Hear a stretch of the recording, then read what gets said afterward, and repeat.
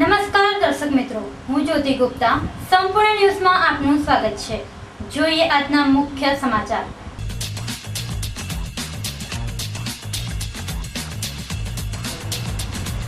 ગુજરાતના મુખ્યમંત્રી પદેથી આનંદીબેન પટેલનું રાજીનામું.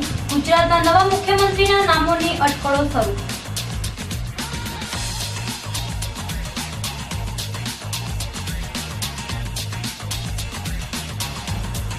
સિહોરી ખાતે વિશ્વ હિન્દુ પરિષદની બેઠક મળી. હિન્દુ આગેવાનો દ્વારા સમાજને શક્તિશાળી બનાવવા કરાઈ પરામર્શ.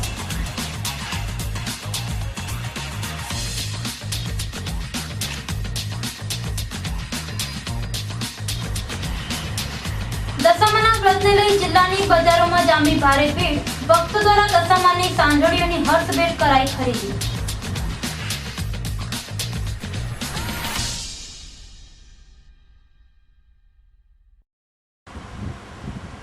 પાલનપુરમાં રોયલ સર્કસનો શુભારંભ. ટીવી સિનેમાના યુગમાં સર્કસ વારસાને જીવંત રાખી રહ્યું છે રોયલ સર્કસ. સંપૂર્ણ ન્યૂઝ આપની આંગળીના ટેરવે. ઇન્ટરનેટ ઉપર સંપૂર્ણ ન્યૂઝ જોવા લોગન કરો www.youtube.com/સંપૂર્ણ ન્યૂઝ.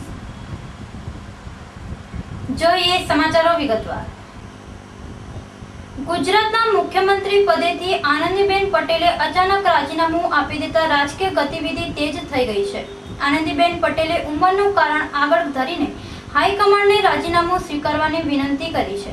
ત્યારે અત્યારે ભાજપના પ્રદેશ પ્રમુખ વિજય રૂપાણી, ગુજરાત પ્રદેશ ઉપાધ્યક્ષ આઈ.કે. જાડેજા, આનંદીબેનના પુત્રી અનાર પટેલ સહિતના આગેવાનો મુખ્યમંત્રી નિવાસસ્થાને પહોંચ્યા છે અને બેઠકનો દોર શરૂ થઈ ગયો છે. ત્યારે હવે ગુજરાતના નવા મુખ્યમંત્રી કોણ બનશે તે અંગે અટકળો તેજ થઈ ગઈ છે. ગુજરાતના નવા મુખ્યમંત્રી તરીકે અત્યારે ગુજરાત ભાજપ પ્રમુખ રૂપાણીનું નામ મોખરે ચાલી રહ્યું છે. આ સિવાય ગુજરાત ભાજપના મહામંત્રી ભીખુભાઈ દલસાણિયા, ભાજપના રાષ્ટ્રીય અધ્યક્ષ અમિત શાહ, રાષ્ટ્રીય ઉપાધ્યક્ષ પુરુષોત્તમ રૂપાલા, સરકારના પ્રવક્તા અને આરોગ્ય મંત્રી નીતિન પટેલ, ભાજપના પ્રદેશ ઉપાધ્યક્ષ આઈ.કે. જાડેજાનું નામ પણ ગુજરાતના નવા મુખ્યમંત્રી તરીકે ચાલી રહ્યું છે. સાદર નમસ્કાર. છેલ્લા 30 વર્ષથી ભારતીય જનતા પાર્ટીમાં કાર્યકર્તા તરીકે કામ કરતા કરતા મને અનેકવિધ જવાબદારીઓ સંભાળવાની તક મળી છે. સંગઠન તેમજ સરકારમાં પક્ષે મને ખૂબ જ અગત્યની જવાબદારીઓ સોંપી છે, જેને હું મારું સદભાગ્ય માનું છું. મહિલા મોરચાની જવાબદારીથી લઈ મુખ્યમંત્રી પદ સુધી પક્ષના નેતૃત્વએ મારી પર વિશ્વાસ મૂક્યો, તે માટે હું ઋણી છું. કુશળ સંગઠક, દિગ્દ્રષ્ટા અને કર્મઠ આદરણીય શ્રી નરેન્દ્રભાઈ મોદીના નેતૃત્વ નીચે પહેલાં સંગઠનમાં અને પછી સરકારમાં કામ કરવાની મને તક મળી, જેના કારણે સાતત્યપૂર્વક મારું ઘડતર થતું રહ્યું. છેલ્લા 18 વર્ષથી ગુજરાત સરકારના ખૂબ જ અગત્યના વિભાગોની કામગીરી કરતાં કરતાં અનેક રચનાત્મક સુધારાઓ કરી નવી પ્રજાભિમુખ યોજનાઓના સરળ અમલીકરણ દ્વારા પારદર્શિતા લાવવા પ્રમાણિકતા સાથે પરિણામલક્ષી કાર્ય કરવા સતત પ્રયત્નશીલ રહી છું. મે 2014માં ગુજરાત રાજ્યના પ્રથમ મહિલા મુખ્યમંત્રી તરીકેની જવાબદારી શ્રી નરેન્દ્રભાઈ તથા વરિષ્ઠ નેતૃત્વએ મને સોંપી, તેને હું સમગ્ર ગુજરાતની મહિલાઓનું ગૌરવ ગણું છું. શ્રી નરેન્દ્રભાઈ ગુજરાતના મુખ્યમંત્રી તરીકે 12 વર્ષથી વધુ સમય સુધી રહ્યા અને તેમની જગાએ મારી પસંદગી થઈ. તે સ્વાભાવિક રીતે જ આકાશના તારા ગણવા જેવું કઠિન કાર્ય હતું, પરંતુ મને એ વાતનો ગર્વ છે કે તેઓએ ગુજરાતના વિકાસની કંડારેલી કેડી એ જ ઝડપથી આગળ વધારવામાં હું ક્યાંય પાછી પાડી નથી. ભારતીય જનતા પાર્ટીની વિચારધારા, સિદ્ધાંતો અને શિસ્તબદ્ધતાથી પ્રેરાઈ હું પક્ષમાં જોડાઈ હતી અને આજ સુધી તેનું પાલન કરતી રહી છું. છેલ્લા થોડાક સમયથી પક્ષમાંથી 75 વર્ષની ઉંમર પછી વરિષ્ઠ કાર્યકર્તાઓએ સ્વૈચ્છિક જવાબદારીમાંથી મુક્ત થવાનું સ્વીકારી આગવી પરંપરા ઊભી કરી છે, જે સૌ માટે ઉદાહરણીય અને અનુકરણીય છે, જેના કારણે આવનારી પેઢીને કાર્ય કરવાની તક મળે છે. મારા પણ નવેમ્બરમાં 75 વર્ષ પૂરા થનાર છે, પરંતુ 2017ના અંતમાં ગુજરાતમાં વિધાનસભાની ચૂંટણી આવવાની હોય તેમજ દર 2 વર્ષે યોજાતા રાજ્ય માટે મહત્વના વાઇબ્રન્ટ ગુજરાત સમિટ પણ જાન્યુઆરી 2017માં યોજાનાર. કાંકરેજના વેપારી મથક થરામાં હાલમાં તો ખુલ્લી ગટરો, ખુલ્લી વીજ ડીપીથી રૂણી રોડ ઉપર સ્થાનિક વેપારીઓ અને રાહદારીઓ સહિત વાહન ચાલકોમાં તંત્ર ઉપર રોષ જોવા મળી રહ્યો છે. જોકે રૂણી રોડ થરા બજારના સર્વિસ પાસેથી જવાય છે ત્યાં ખુલ્લી વીજ ડીપી અને ખુલ્લી ગટર એક જ જગ્યાએ જોવા મળી રહ્યા છે. એક સ્થાનિક ચાની કિટલીવાળાએ જણાવ્યું હતું કે અમે તંત્રને વારંવાર જાણ કરેલ છે, છતાં કોઈ જ પ્રત્યુત્તર મળ્યો નથી. અને ડીપીને તાર ફેન્સિંગ વાળ કરવામાં આવતી નથી. ભવિષ્યમાં મોટી હોનારત સર્જાય તે પહેલા ખુલ્લી ગટર અને ખુલ્લી વીજડીપીને સત્વરે તાર ફેન્સિંગ જાળવી લગાવવામાં આવે તેમજ ખુલ્લી ગટરને સાફ કરાવી ગંદકીનો નિકાલ કરી ઉપર આરસીસી કરવામાં નહીં આવે તો કોઈનો ભોગ લેવાશે. તેમાં બે મત નથી. હવે જોવું એ રહ્યું છે કે નેશનલ હાઈવે ઓથોરિટી અને જીઈબી દ્વારા કાર્યવાહી કરાય છે કે કેમ, જેવા વેધક સવાલો સ્થાનિક વેપારીઓ અને રાહદારીઓ કરી રહ્યા છે. પાલનપુરની શ્રી કેબી કણાવા સ્કૂલમાં આજે ધોરણ 3 ના બાળકોની વેશભૂષા સ્પર્ધા યોજાઈ હતી, જેમાં નાના ભૂલકાએ વિવિધ વેશભૂષામાં સજ્જ થઈ આ સ્પર્ધામાં ભાગ લીધો હતો. શાળામાં અભ્યાસ કરતા નાના ભૂલકાઓમાં શિક્ષણની સાથે તેમનામાં રહેલી સુસુપ્ત શક્તિઓ બહાર લાવવા માટે પાલનપુરની કેબી કણાવા સ્કૂલમાં પ્રવૃત્તિમય શિક્ષણ એટલે જીવંત શિક્ષણ સૂત્રને સાર્થક કરવા માટે ધોરણ 3 ના બાળકોની વેશભૂષા સ્પર્ધા યોજવામાં આવી હતી, જેમાં ધોરણ 3 ના નાના ભૂલકા વિવિધ ડ્રેસમાં સજ્જ થઈ સ્પર્ધામાં ઉત્સાહભેર ભાગ લીધો હતો, જેમાં કોઈ ડોક્ટર, વકીલ, ખેડૂત, પોલીસ, સૈનિકના વેશ ધારણ કર્યા હતા. આ સ્પર્ધામાં સ્કૂલના નિયામક નાગરભાઈ પટેલ, આચાર્ય રમેશભાઈ પટેલ હાજર રહી બાળકોને પ્રોત્સાહિત કર્યા હતા. કાંકરેજ તાલુકાના મુખ્ય મથક સિહોરી ખાતે જિલ્લા કક્ષા અને પ્રખંડ પાટણ દ્વારા વિશ્વ હિન્દુ પરિષદની બેઠક મળી હતી, જેમાં હિતચિંતક અભિયાન અંગે ચર્ચા કરવામાં આવી હતી. વિશ્વ હિન્દુ પરિષદના ઉત્તર ગુજરાતના મંત્રી અશ્વિનભાઈ પટેલના અધ્યક્ષસ્થાને મળેલી આ બેઠકમાં બજરંગ દળના જિલ્લા પ્રમુખ ભરતભાઈ રાવલ, કીર્તિભાઈ મહેતા, કનુભાઈ સોની, ઉન્નતભાઈ શાહ, નીતિનભાઈ વ્યાસ, મનીષ પટેલ, ઉર્મિલાબેન સોની, રાકેશ શર્માજી સહિતના આગેવાનો અને કાર્યકરો હાજર રહ્યા હતા. બેઠક દરમિયાન વિહિપના ઉદ્દેશો વિસ્તાર કર્યા અને દરેક એકબીજાના સંપર્કમાં રહેતા તેમજ હિતચિંતક અભિયાનમાં દરેક સમાજને સુસંગઠિત શક્તિશાળી બનાવવા ચર્ચા વિચારણા કરવામાં આવી. સાથે દેશને મજબૂત બનાવવા સ્વદેશી ચીજવસ્તુઓ પ્રચાર, સામાજિક સમરસતા અને સંવેદનશીલ વિસ્તારોમાં સેવા આપી રહેલા વિશ્વ હિન્દુ પરિષદના તેમજ બજરંગ દળના કાર્યકરોની સેવાને બિરદાવવામાં આવી હતી. મીટિંગ પૂર્ણ થયા બાદ સૌએ સમૂહ ભોજન લઈ જય શ્રી રામના નારા સાથે બેઠકનું વિસર્જન કર્યું હતું. પવિત્ર શ્રાવણ માસની શરૂઆત પૂર્વ અષાઢી અમાસથી દશામાના વ્રતનો પ્રારંભ થઈ રહ્યો છે.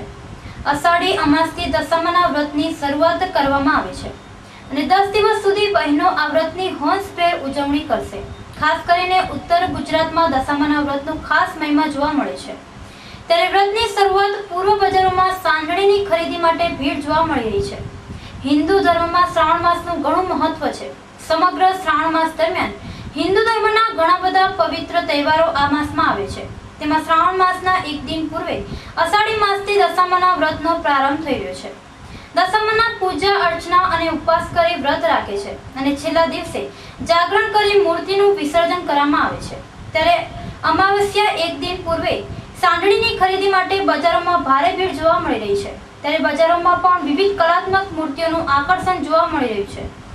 અમાવસ્યાથી દશામા વ્રત મહિમાનો પ્રારંભ થતો હોય બનાસકાંઠાના પાલનપુરની બજારોમાં ભારે ભીડ જામી હતી, જ્યાં વ્રતધારી બહેનોએ દશામાની સાંઢળીઓ અને પૂજાપાન ખરીદી કરી હતી, તો કેટલાક ભક્તોએ દશામાની સાંઢળી ખરીદી બાદ માતાજીને વાસ્તે ગાસ્તે પોતાના ગૃહસ્થે લઈ જવાયા હતા.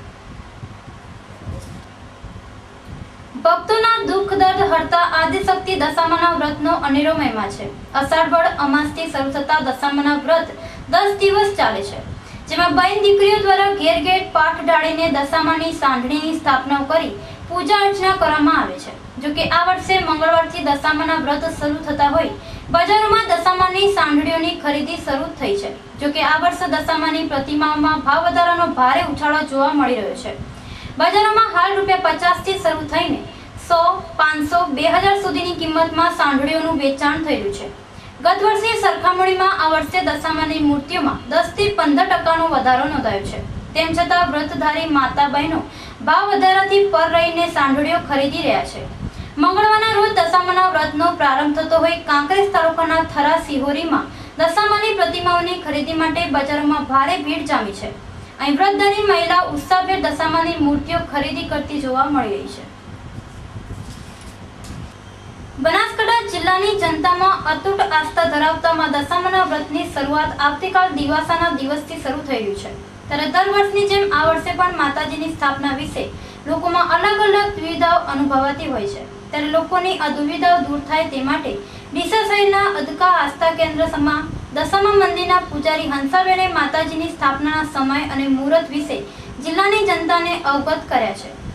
માં દશામાની સ્થાપના આવતીકાલે દિવાસાના દિવસે વહેલી સવારના સમય 4:30 થી 6:30 વાગ્યા સુધી માતાજીની સ્થાપના કરવી અને ત્યારબાદ સવારના 9:30 થી 10:30 વાગ્યા સુધીમાં માતાજીની સ્થાપના કરવાનું શ્રેષ્ઠ મુહૂર્ત હોવાનું જણાવવામાં આવ્યું છે. આ ઉપરાંત દશામાના મંદિરના પૂજારી હંસાબેન ઠાકોરે તમામ માઈ ભક્તોને અપીલ કરી છે કે માતાજીના વ્રત દરમિયાન માતાજીની જે મૂર્તિ સ્થાપવામાં આવે તે મૂર્તિ પ્લાસ્ટર ઓફ પેરિસની જગ્યાએ ચીકણી માટીમાંથી બનાવવામાં આવી હોય તેવી જ મૂર્તિની સ્થાપના કરે, કારણ કે પ્લાસ્ટર ઓફ પેરિસમાંથી બનેલી મૂર્તિ પાણીમાં ઓગળતી નથી. તેના લીધે માતાજીની મૂર્તિનું વિસર્જન થઈ શકતું ન હોવાને લીધે આવી મૂર્તિઓ ઠોકરે ચડતી હોય છે. પ્લાસ્ટર ઓફ પેરિસમાંથી બનેલી મૂર્તિઓ વિસર્જન બાદ ખૂબ જ ખરાબ પરિસ્થિતિમાં પડેલી હોય છે અને તેના લીધે ધાર્મિક લાગણીઓ દુભાવવાની સાથે સાથે પ્લાસ્ટર ઓફ પેરિસ પર્યાવરણ માટે પણ હાનિકારક હોવાને લીધે ભક્તો પ્લાસ્ટર ઓફ પેરિસમાંથી બનેલી મૂર્તિની જગ્યાએ ચીકણી માટીમાંથી બનાવવામાં આવેલી મૂર્તિ વાપરે તો માતાજીની સાચી ભક્તિ ઉપરાંત પર્યાવરણની પણ જાળવણી કરી શકાય છે.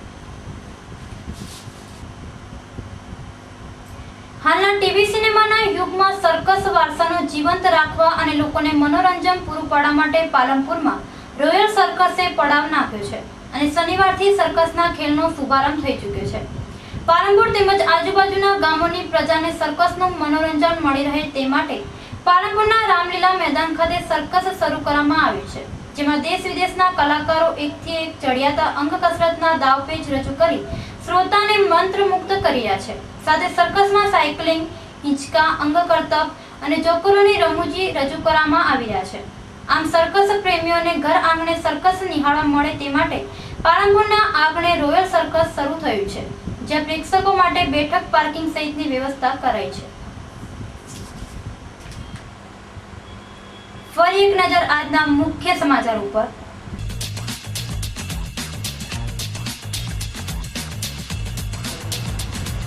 ગુજરાતના મુખ્યમંત્રી પદેથી આનંદીબેન પટેલનું રાજીનામું, ગુજરાતના નવા મુખ્યમંત્રીના નામોની અટકળો શરૂ.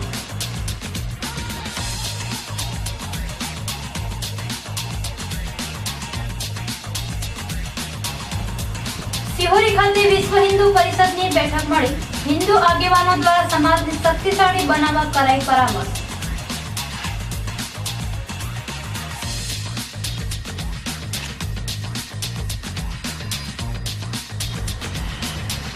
દશામાના વ્રતને લઈ જિલ્લાની બજારોમાં જામી ભારે ભીડ, ભક્તો દ્વારા દશામાની સાંજળીઓની હર્ષભેર કરાઈ ખરીદી.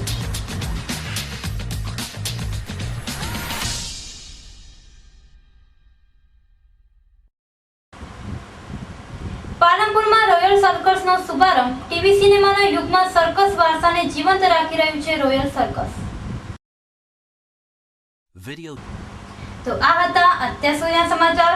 વધુ સમાચાર સાથે ફરી મળીશું. નમસ્કાર.